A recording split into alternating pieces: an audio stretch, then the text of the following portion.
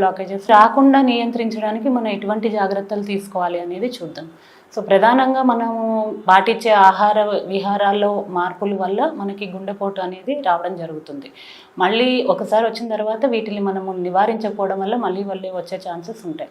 So మన ఆహారంలో ఎటువంటి జాగ్రత్తలు తీసుకోవాలి అంటే ప్రధానంగా మనము కార్బోహైడ్రేట్స్ పిండి పదార్థాలని తగ్గించవలసి ఉంటుంది. పిండి పదార్థాలు అంటే మనం తీసుకునే బియ్యం దగ్గర నుంచి గోధుమలు ఇవన్నీ కూడా పిండి పదార్థాలే. చాలామందిని అడిగితే మీరు ఏం తీసుకుంటున్నారు, డైటింగ్ చేస్తున్నాము, బియ్యం మాత్రమే తీసుకున్నాను, చపాతీ తింటున్నాము. ఈ రెండు కూడా వద్దండి. బియ్యము క్వాంటిటీ తక్కువ తీసుకోండి. 1 కప్పు రైస్ తీసుకుంటే 2 కప్పులు పప్పు కూర అనేది ఎక్కువగా తీసుకోండి. అదేవిధంగా చాలామంది చపాతీ తీసుకుంటున్నాం మాకేంది కాదు, చపాతీలో కూడా కార్బోహైడ్రేట్స్ ఎక్కువే ఉంటాయి.